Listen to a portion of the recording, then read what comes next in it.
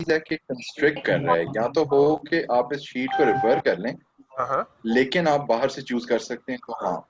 हाँ, तो फिर ओपी है, यस, बट इफ लेकिन my but if my circumstances are such कि बाहर वाला मुझे पता ही नहीं है कुछ, I am totally blank in this particular case, if you see, तो मेरे पास ये यही एक लिस्ट जो है ना, ये इट विल बी असिस्टिंग मी, और ये मेरे पास ओपीए के तौर पे एक्ट कर रहा होगा। अच्छा, एक बात और, ये वाला पार्ट बिल्कुल अनफॉर्चुनेटली मिस हो गया, और मैं इसको दोबारा रीट्रेट करूं, रिकॉर्डिंग मैंने एक्चुअल में नहीं की है। तो मैं आपको ये कह रहा हूं कि समटाइम्स आपके ऊपर एक चीज जो है वो अगर रिस्ट्रिक्शन इम्पोज कर रही होती है तो वही चीज ईएफ है, लेकिन अगर वो आपको असिस्ट कर रही है, हेल्प कर रही है, तो वही चीज ओपी है, जिसकी हमने अभी एक एग्जांपल देखी। एक मैं भी आपको और बताता हूँ कि अप्रूव वेंडर्स की एक लिस्ट होती है ऑर्गेनाइजेशन के अंदर, कि आपने अपने प्रोजेक्ट्स के लिए जो भी मटेरियल या सप्लाई या कॉन्ट्रैक्ट करने हैं वो इन्हीं वेंडर्स के अंदर से करने हैं, और बाहर इसके नहीं देखना।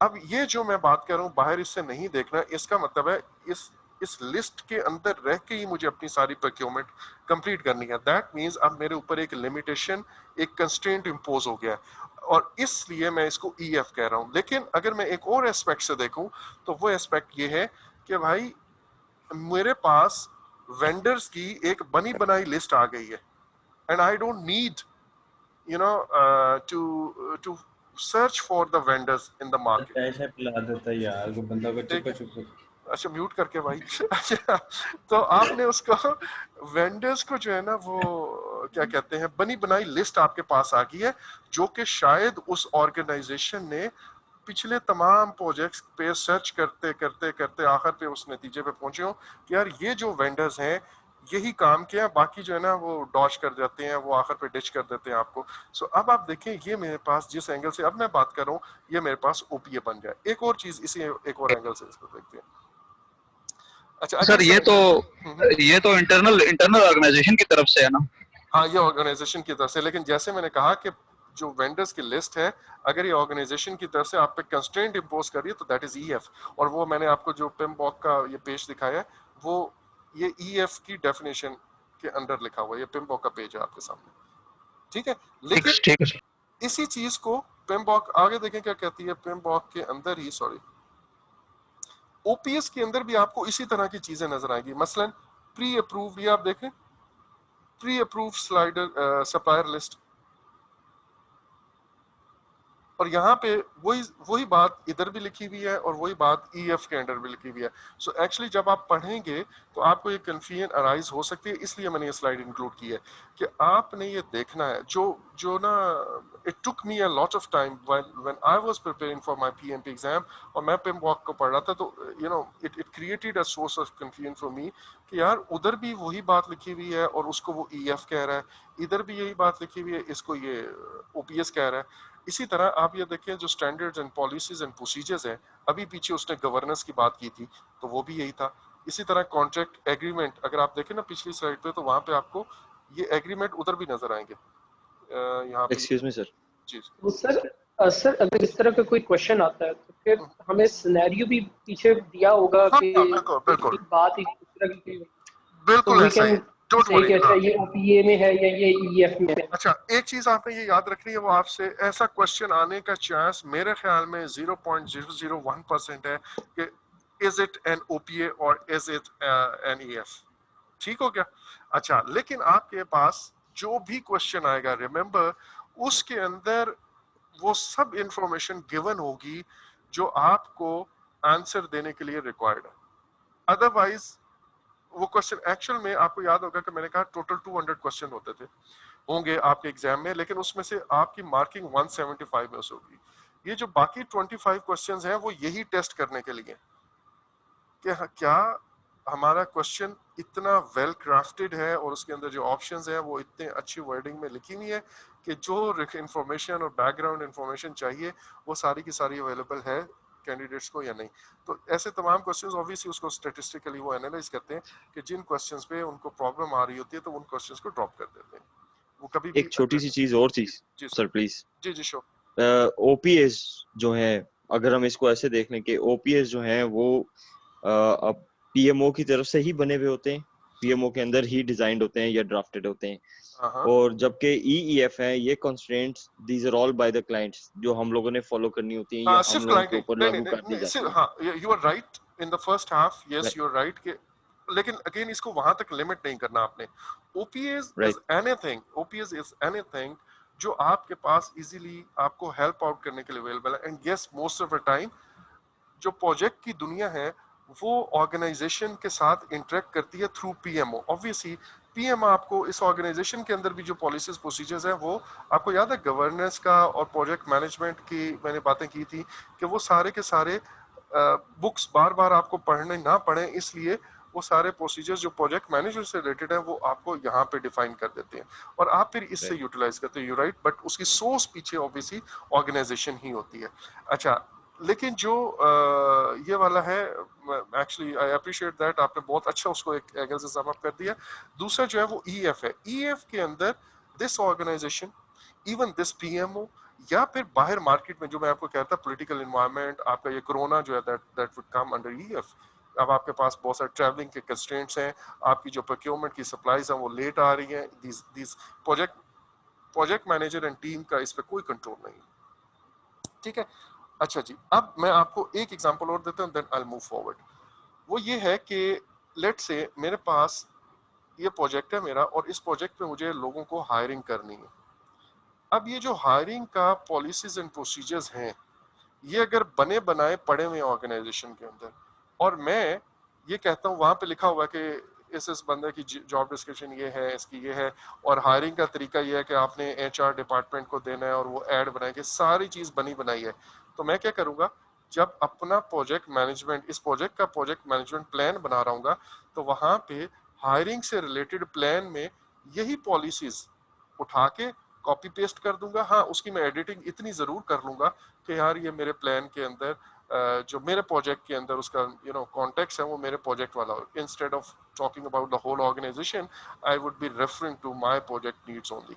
तो अब आप देखें कि वो पॉलिसीज एंड प्रोसीजर्स जो बने बनाए हैं, इट एक्चुअली हेल्प मी अपने प्रोजेक्ट के ऊपर हायरिंग करने में। लेकिन इसको मैं दूसरे एंगल से अगर देखूं तो एक ये एंगल भी हो सकता है, वो ये कि यहाँ पे उसने मुझे कहा हुआ है कि अगर आपको हायरिंग करनी है तो इन एनी केस आपने एचआर डिपार्टमेंट के थ्रू करनी है, मैं अपनी मर्जी का एक्सपर्ट खुद से नहीं ला सकता। Now this is a constraint imposed on me, तो उस सूरत में ये मेरे पास ईएफ होगा। Is this point clear?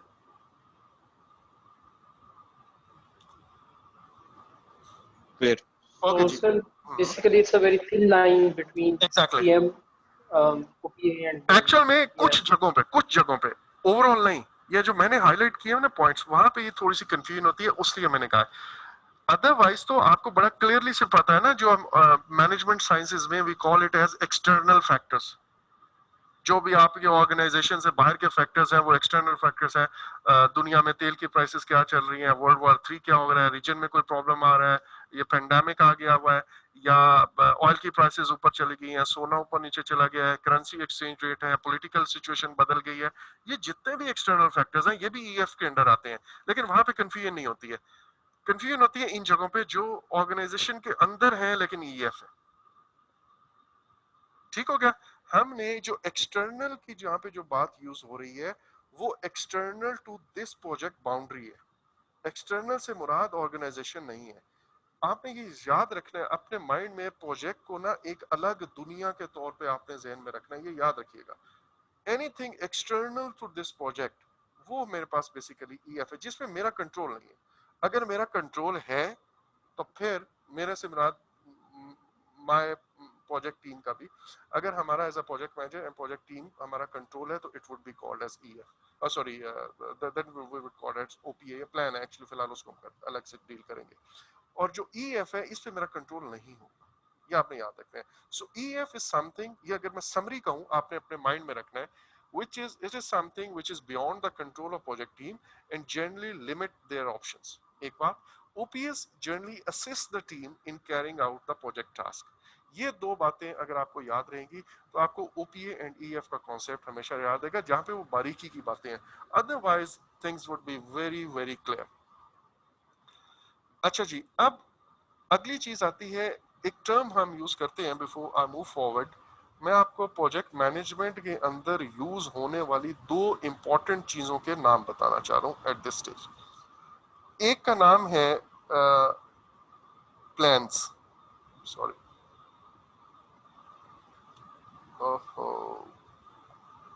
Bad colour choice. अच्छा, एक को हम प्लान्स कहते हैं और एक को हम डॉक्यूमेंट्स कहते हैं।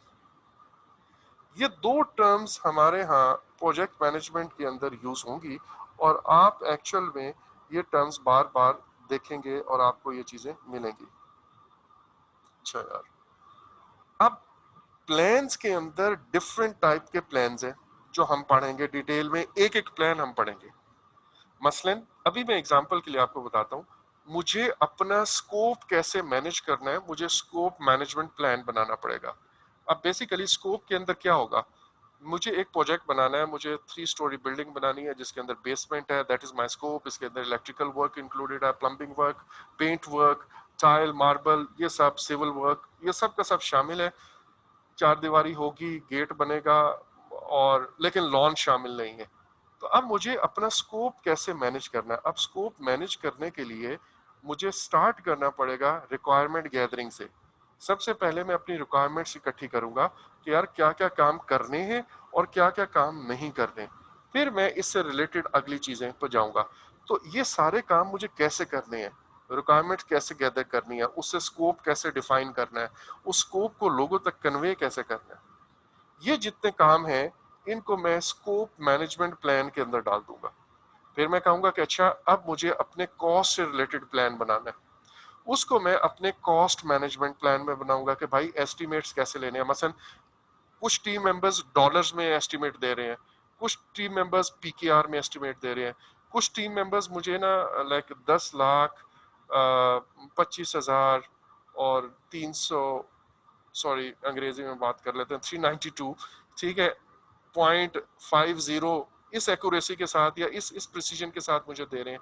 और कुछ मेंबर्स कहते हैं यार क्या 25 था, जब 10 लाख की बात करें तो 25,000 हार्डली मैटर्स, उसको राउंड ऑफ करके कहते हैं यार अप्रोक्सीमेटली 10 लाख दे रहे हैं। तो ये मुझे मुझे कैसे पता चलेगा, इससे तो मेरे एस्टिमेट्स बड़े अजीब से आ जाएंगे।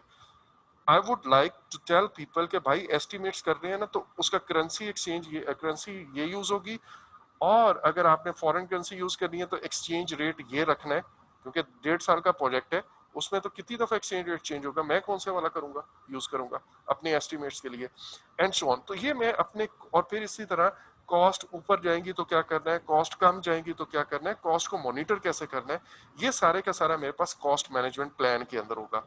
ये जितने भी प्लान्स हैं, बहुत सारे और भी प्लान्स हैं जिनका भी मैंने जिक्र नहीं किया, टाइम से रिलेटेड प्लान बनेगा, क्वालिटी कैसे मैनेज करनी है उसका प्लान बनेगा, रिसोर्सेज कैसे मैनेज करनी है रिसोर्स मैनेजमेंट प्लान बनेगा, प्रोक्योरमेंट कैसे मैनेज करनी है प्रोक्योरमेंट मैनेजमेंट प्लान बनेगा। बेसिकली वो जो हमने 10 नॉलेज एरियाज पढ़े हैं ना, हर नॉलेज एरिया का एक एक प्लान बनेगा, और प्लस कुछ और भी प्लान्स बनेंगे, विल टॉक अबाउट दैट। ये सारे plans combined together they will be called as project management plan. तो जब भी हम प्रोजेक्ट मैनेजमेंट के कॉन्टेक्स्ट में प्लान का मतलब, प्लान वर्ड बोलेंगे ना, तो ये वो जर्नल प्लान नहीं कि यार कोई प्लान बनाते हैं खाने का, ये वो प्लान नहीं है। इट मींस अ डॉक्यूमेंट, और एक्चुअली डॉक्यूमेंट और चीज है, but it means something formally written, और वो इस हद तक रिटन है कि उसके अंदर प्रॉपर एक स्ट्रक्चर, उसके अंदर जो कंटेंट है वो डिफाइंड होता है कि हमने प्लान के अंदर ये चीजें डालनी है। ऑब्वियसली प्रोजेक्ट साइज के मुताबिक प्लान के अंदर कम या ज्यादा चीजें हो सकती हैं। एक प्लान सिर्फ एक पेज का भी हो सकता है, और अगर मैं आपको घाना के अंदर एक पाइपलाइन, अफ्रीकन एक कंट्री के अंदर एक पाइपलाइन का मंसूबा था, एक पाइपलाइन का प्रोजेक्ट था जिसके अंदर 29 वॉल्यूम्स सिर्फ उसकी ड्राइंग के प्रोजेक्ट थे, जो जो टेक्निकल ड्राइंग्स थी, सॉरी सिर्फ उसका प्लान था 29 वॉल्यूम्स का। तो इट डिपेंड्स, ये एक पेज का भी प्लान हो सकता है और ये मल्टीपल पेजेस एंड वॉल्यूम्स पे भी जा सकता है, लेकिन इस प्लान के अंदर ये सारे प्लान शामिल होंगे जिनका मैंने जिक्र किया, प्लस कुछ और भी। सो प्लान का मतलब ये है। इसके अलावा प्रोजेक्ट के ऊपर जो कुछ भी प्रोड्यूस होगा, जो भी डॉक्यूमेंट प्रोड्यूस होगा, उसको हम प्रोजेक्ट डॉक्यूमेंट्स कहते हैं, पीडीएस, प्रोजेक्ट डॉक्यूमेंट्स। तो एक चीज है, ये मैंने इसको एब्रीविएट किया, जनरली हम इस तरह नहीं लिखते हैं, प्रोजेक्ट मैनेजमेंट प्लान ऐसे नहीं लिखते हैं, पूरा लिखते हैं प्रोजेक्ट मैनेजमेंट प्लान। उसी तरह प्रोजेक्ट डॉक्यूमेंट्स को भी आप पूरा ही लिखें, प्रोजेक्ट डॉक्यूमेंट्स। सो हमारे प्रोजेक्ट के ऊपर दो तरह की आप कह लें कि चीजें लिखी हुई जाती हैं, मिलती हैं। एक का नाम हम प्रोजेक्ट मैनेजमेंट प्लान्स या प्रोजेक्ट प्लान्स है। Project management plan is a combination of all subsidiary plans. और दूसरा है प्रोजेक्ट डॉक्यूमेंट्स। प्रोजेक्ट डॉक्यूमेंट्स के अंदर क्या कुछ आता है उसकी मैं कुछ एग्जांपल देता हूँ। जी सर आप कह रहे हैं, सर एक चीज पूछनी है, आप कह रहे हैं कि जितने भी प्लान हम नॉलेज एरिया के बना रहे हैं वो सारे के सारे प्लान्स हैं, वो सब प्लान्स है। मतलब मैं कि प्लान्स और डॉक्यूमेंट में फर्क आप क्या कर रहे हैं? अब प्लान भी रिटर्न है, डॉक्यूमेंट भी मैं रिटर्न है। बताता हूँ। डॉक्यूमेंट्स मेरे एक डिफरेंट नेचर की चीज है। मसलन मैंने अपना चार्टर लिखा है, ठीक है, project charter is not a plan, it's a document. मैंने अपने प्रोजेक्ट पर होने वाली या पॉसिबल जो रिस्क अकर कर सकते हैं उनको एक रिस्क के अंदर, रिस्क रजिस्टर के अंदर लिखा। No this is not a plan, this is a document. मैंने अपने प्रोजेक्ट के ऊपर वो जो WBS बनाया, work breakdown structure, it's a document, it's not a plan. मैंने अपने प्रोजेक्ट के ऊपर एक्टिविटीज की एक लिस्ट बनाई, ये जो एक्टिविटीज की लिस्ट है, सॉरी, जो एक्टिविटीज की लिस्ट है वो मेरे पास is a document, it's not a plan. ठीक है, प्लान के एक बड़े स्पेसिफिक मीनिंग है। वो जब हम प्लानिंग वाला प्रोसेस ग्रुप देखेंगे, अगर आपको याद हो, हमने इनिशिएटिंग प्रोसेस ग्रुप देखा और प्लानिंग प्रोसेस ग्रुप उसके बाद आता है। तो ये जो प्लानिंग वाला पार्ट आएगा ना, इसके अंदर हम देखेंगे कि यार ये प्लान्स कहते किसे हैं। लेकिन इन प्लान्स के अलावा जो डॉक्यूमेंट भी प्रोजेक्ट के अंदर बन रहा है उसको हम प्रोजेक्ट डॉक्यूमेंट कहते हैं। मसलन मैंने अभी आपको बताया project charter is a document, उसके बाद risk register is a document. अच्छा, चेंजेस जहां पे मैं अपनी प्रोजेक्ट के ऊपर तमाम चेंजेस आ रही हैं उन चेंजेस को मैं एक लॉग के ऊपर लिख रहा हूं, तो वो जो चेंज लॉग है दैट इज अ डॉक्यूमेंट। एक और होते हैं हमारे प्रोजेक्ट के ऊपर अजम्पशन लॉग, जो जो अभी स्लाइड पे मैंने आपको पढ़ानी है। हमारे प्रोजेक्ट पे जितनी भी हम अजम्पशंस करते हैं वो अजम्पशंस हम नोट डाउन करते रहते हैं। मसलन मैं आपको एक दो अजम्पशंस की एग्जांपल देता हूं। मैंने ये कहा कि अगर आपके सॉरी, मैंने एक बिल्डिंग खड़ी करनी है और उस बिल्डिंग में मैंने अपना मैप और वो सारी चीजें बना ली है। वो इसके पीछे एक अजम्पशन है कि ये जो मैप या ड्राइंग्स हैं ये अप्रूव हो जाएंगी या मुझे अप्रूव ड्राइंग्स इतने इतने अरसे में मिल जाएंगी। उस बेस पे मैं कह रहा हूं कि हम इस एंड सो डेट को अपना ये प्रोजेक्ट की एक्चुअल में एग्जीक्यूशन या बिल्डिंग स्टार्ट कर देंगे। उसके पीछे एक अजम्पशन है। अजम्पशन ये है कि भाई इस डेट को मुझे ये सो चीजें मिल जाएंगी। अच्छा, इसी तरह मैं कहता हूँ कि यार मुझे एक रोड कंस्ट्रक्ट करनी है और उस रोड कंस्ट्रक्ट करने के लिए मैंने लैंड प्रोक्योर कर लूंगा इतने अरसे में। लेकिन ये जो इतने अरसे में मैं लैंड प्रोक्योर कर लूंगा, इसके पीछे एक अजम्पशन है। और वो अजम्पशन ये है कि इस दौरान कोई भी बंदा या उस लैंड के अंदर कोई, सॉरी, जो लैंड प्रोक्योर होगी वहां पे कोई कब्रिस्तान, ग्रेवयार्ड, ये प्रैक्टिकल एग्जांपल्स हैं। प्रोजेक्ट मैनेजर्स ये बताते हैं बार बार ऐसे प्रोजेक्ट्स में कि जी वो एक गांव से रोड गुजर रही होती है और वहां पे कब्रिस्तान आ जाता है। वो कहते हैं ये तो हमारे आबा अजदाद की कब्रें हैं, यहाँ पे आप यहाँ से नहीं गुजार सकते, और वहां पे वो स्टे ले लेते हैं। अब आप देखें मेरा प्रोजेक्ट सारा हॉल्ट हो जाएगा, मेरे सारे प्लान्स फेल हो जाएंगे। सो ये एक अजम्पशन मैं लगाता हूं कि अगर मुझे ये सब इफ ऑल गोज वेल तो फिर ये वाला इतना टाइम लगेगा। तो ऐसी तमाम अजम्पशंस हम अपने अजम्पशन लॉग के अंदर लिख लेते हैं। और इसके अलावा जगह जगह जो भी डॉक्यूमेंट्स प्रोड्यूस होंगे मैं वो आपको साथ के साथ बताता चलूंगा। मसलन अभी एक और डॉक्यूमेंट याद आ गया, बोल लेते हैं उसको। हमारे यहाँ आपको मैंने अभी कहा कि हम रिक्वायरमेंट गैदर करेंगे। अब ये रिक्वायरमेंट्स जो गैदर करेंगे वो मैंने किसी जगह पे लिखनी है, उसको हम कहते हैं रिक्वायरमेंट डॉक्यूमेंटेशन।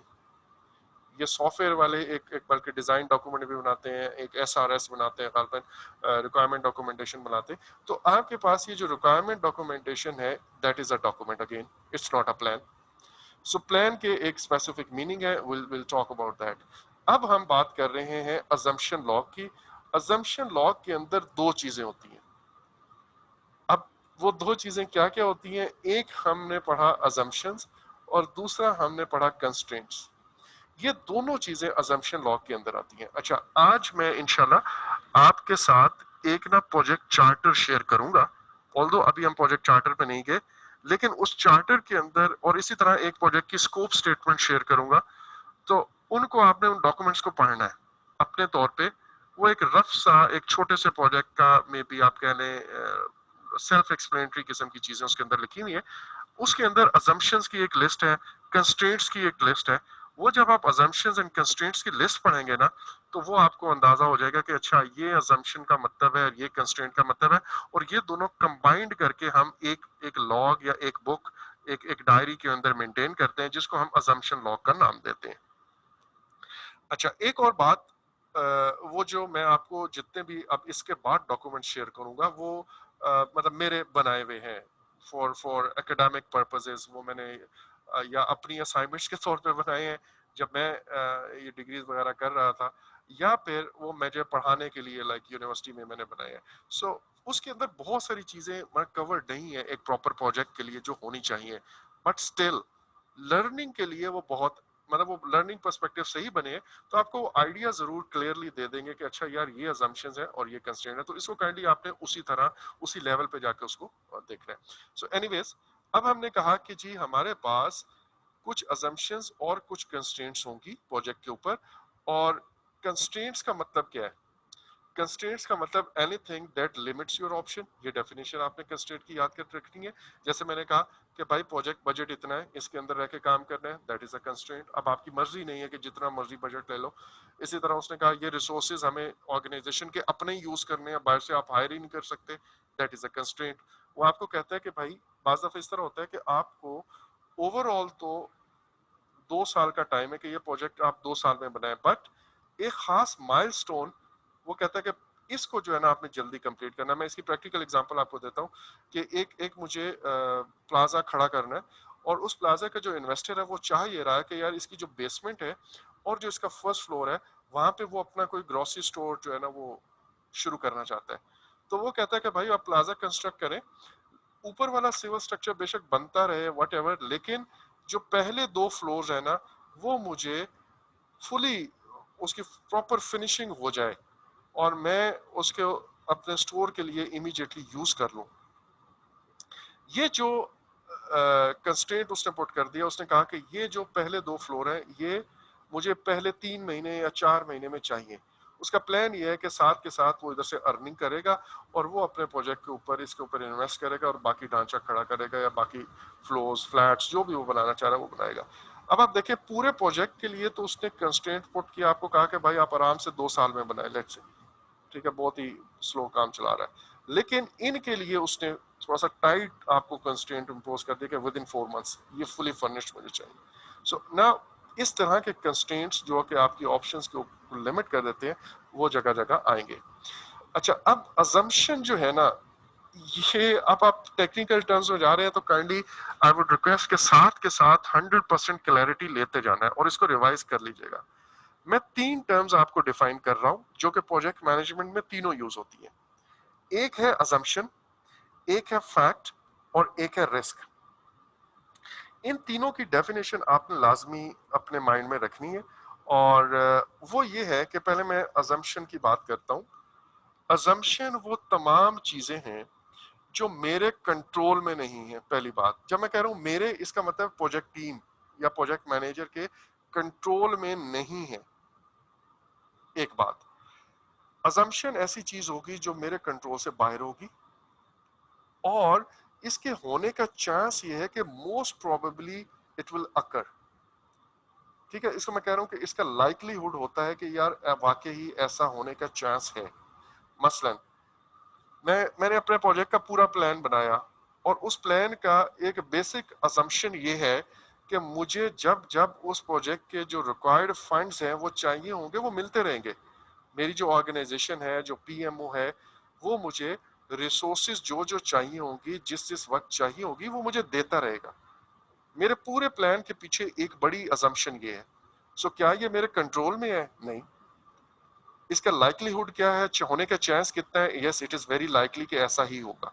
ज़ाहिर है वो मेरे से प्रोजेक्ट करवा रहा है तो मोस्ट प्रॉब्ली वो मुझे टाइम पे रिसोर्सेज या वो देगा।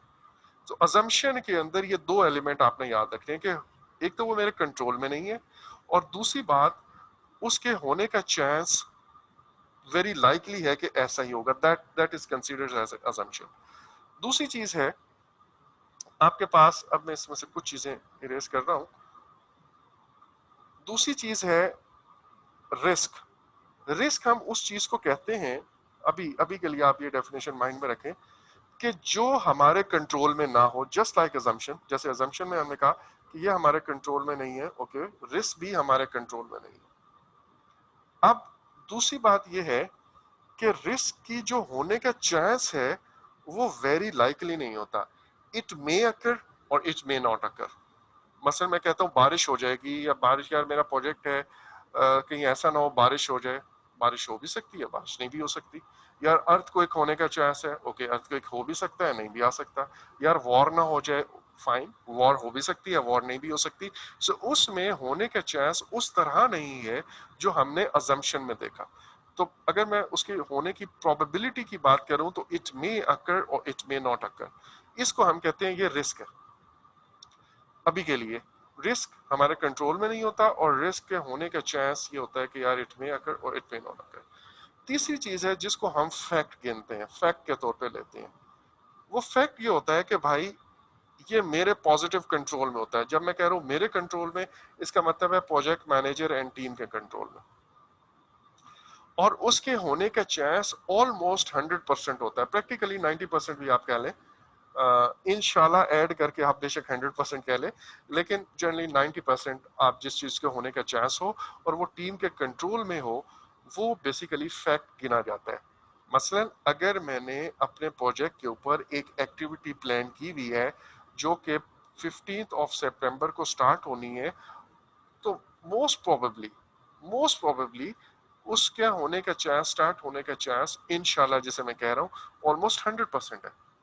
If everything goes as per my plan तो ऑब्वियसली 100% है। और इस एक्टिविटी को मैंने खुद एज अ टीम प्लान की है। मे बी मैं इसको 16 सितंबर को स्टार्ट कर लूँ, मे बी 18 को कर लूँ, लेकिन ये जो प्लान बनाया है that is under my control, और इसको मैं फैक्ट के तौर पे कंसीडर करता हूँ। तो जब आप अपने अजम्पशन लॉ के अंदर अजम्पशंस लिखने लगे तो ये लाजमी याद रखिएगा कि आपने उसके अंदर रिस्क नहीं लिखने, और आपने उसके अंदर जो चीजें फॉर श्योर हैं वो भी नहीं लिखनी, ना वो फैक्ट लिखने हैं ना रिस्क। आपने वो तमाम अजम्पशंस, वो चीजें लिखनी है जो आपकी टीम के पॉजिटिव कंट्रोल में नहीं है, टीम से कंट्रोल से बाहर है, एंड उनके होने का चांस मोस्ट लाइकली ऐसा ही होगा, वो अजम्पशंस की कैटेगरी में सर आते हैं। assumption और रिस्क में फिर सिर्फ एक ही फर्क है कि risk can occur and can not occur, assumption most probably can अकर। और दूसरी बात कि हाँ, उनके कंट्रोल, दोनों कंट्रोल से बाहर हैं, yes, that is a common control दो, सिर्फ ये है कि वो सिर्फ वर्ड्स का फर्क है कि probably can occur and may और may exactly, not occur. May not, बिल्कुल ऐसे ही। मैं most likely they will occur, और इट मे और मे नॉट अकर, ठीक है जी। बाकी ये डेफिनेशन इसी तरह आपके सामने लिखी हुई। अच्छा sorry, maybe I am not sure, ये चीजें जो मैंने अभी आपको बोली ना, ये जो डिफरेंस इसका वो बताया, वो किसी स्लाइड पे यहाँ पे ना उस बुक के अंदर ना लिखा, तो इसको काइंडली आप मैंने थोड़ा सा स्लो कर दिया, आप पॉज करके इसको बाद में देखिएगा। ये है वो समरी जो आपके सामने है, जो मैंने जो कुछ बोला उसकी समरी आपके सामने लिखी है। प्रोजेक्ट फैक्ट क्या है, it is within control of project team, और 100%, और थ्योरेटिकली जाहिर है we can never be 100% sure about the future, but 90% जब मैं कह रहा हूँ कि इंशाल्लाह ऐड कर ले, 80% से अबव आप उसको फैक्ट ही गिनते हैं, और मोस्ट ऑफ द टाइम ये आपने खुद प्लान किया होता है। उसके बाद प्रोजेक्ट अजम्पशन डायरेक्ट कंट्रोल में नहीं होता प्रोजेक्ट टीम के, और लाइकली अकरेंस है इसकी। और प्रोजेक्ट रिस्क के अंदर हमने देखा हमारे डायरेक्ट कंट्रोल में अगेन नहीं होता, लेकिन it is possible to occur, it may occur और इट मे नॉट अकर, दोनों चीजें इसके अंदर, दोनों पॉसिबिलिटीज आपके सामने होती हैं। ये आपके सामने एक क्वेश्चन है, अभी आपको मैंने बड़ी अंग्रेजी समझाई है, इस क्वेश्चन का आंसर मुझे बताइए जी, अपने तौर पे पढ़िए और आंसर बोलना शुरू कर दीजिए।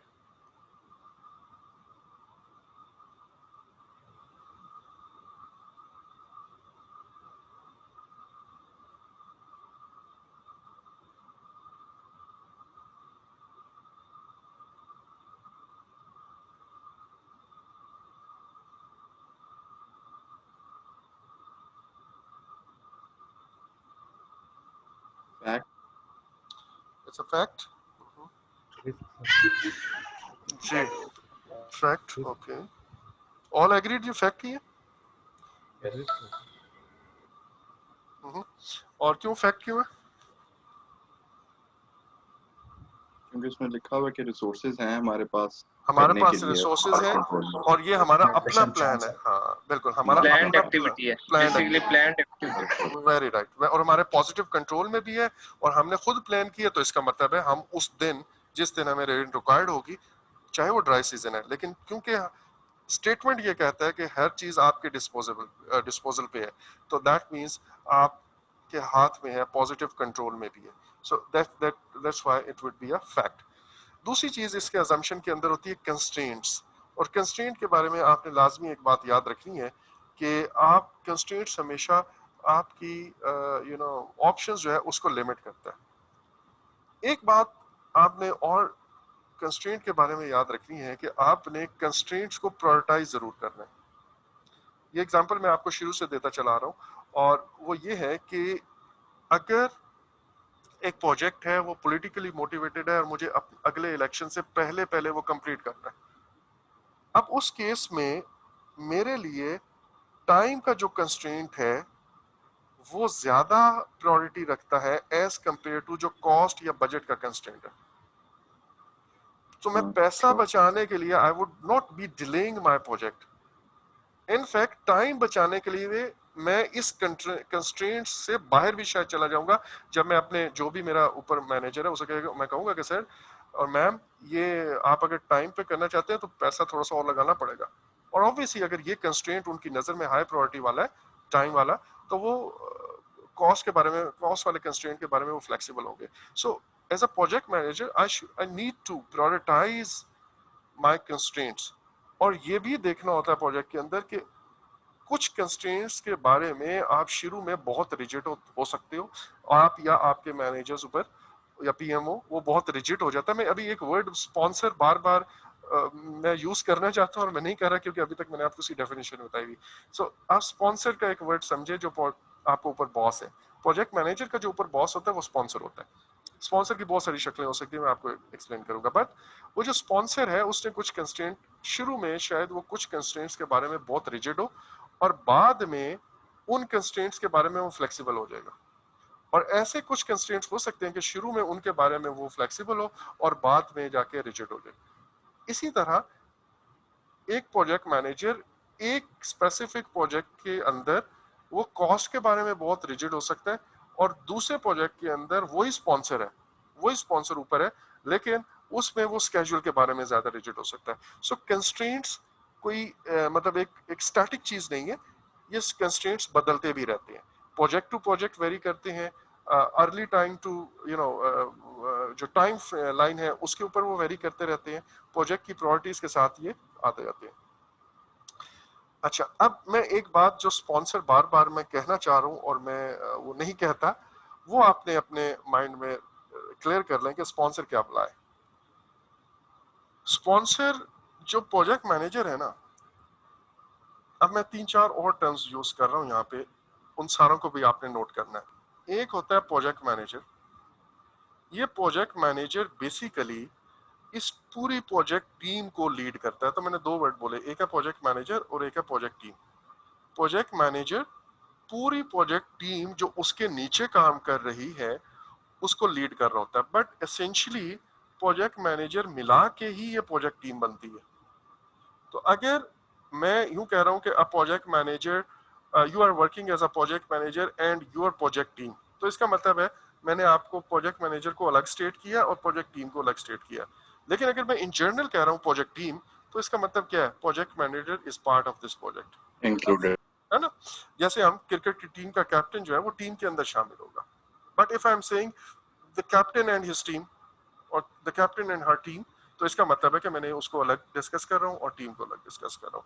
But essentially project manager and project team ये दोनों एक प्रोजेक्ट के अंदर होती हैं। एक और टर्म है जो हम यूज करते हैं, वो होती है project management team.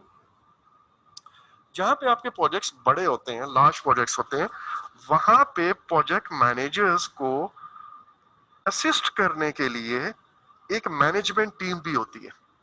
Like project manager cannot be an expert of engineering, like engineering design वो नहीं कर सकता, engineering से related जो activities है वो खुद से manage में भी ना कर पाए, तो ऐसे केस में प्रोजेक्ट मैनेजर को इंजीनियरिंग से रिलेटेड असिस्ट करने के लिए कोई इंजीनियरिंग बंद मैनेजमेंट होने लगा। यूनिट होगा। इसी तरह कॉस्ट मैनेजर हो सकता है नीचे। सो ये जो नीचे प्रोजेक्ट मैनेजर को असिस्ट करने वाले लोग हैं, इनको हम प्रोजेक्ट मैनेजमेंट टीम कहते हैं। तो उसमें भी अगर मैं कहूँ प्रोजेक्ट मैनेजमेंट टीम में प्रोजेक्ट मैनेजर शामिल है, तो ये शामिल है, because he is the biggest manager, is the top most manager of this management team. तो project manager, project management team and project team, ये सब मिलके ही प्रोजेक्ट टीम बनती है। Correct? any queries about Yes, this? sir. Okay. और इनकी अपनी दुनिया है, इनकी अपनी प्रोजेक्ट जो मैनेज हो रहा है वो इन्हीं की दुनिया है, और यही लोग यहाँ पे काम कर रहे हैं। अच्छा, अब हम अगले पॉइंट पे आते हैं। अगला पॉइंट ये है कि इस दुनिया को चलाने वाला ये है प्रोजेक्ट मैनेजर। यहाँ पे मतलब इस प्रोजेक्ट की दुनिया को चलाने वाला प्रोजेक्ट मैनेजर है। और इस प्रोजेक्ट मैनेजर ने बेसिकली अगर टीम मेंबर्स ने या प्रोजेक्ट मैनेजर को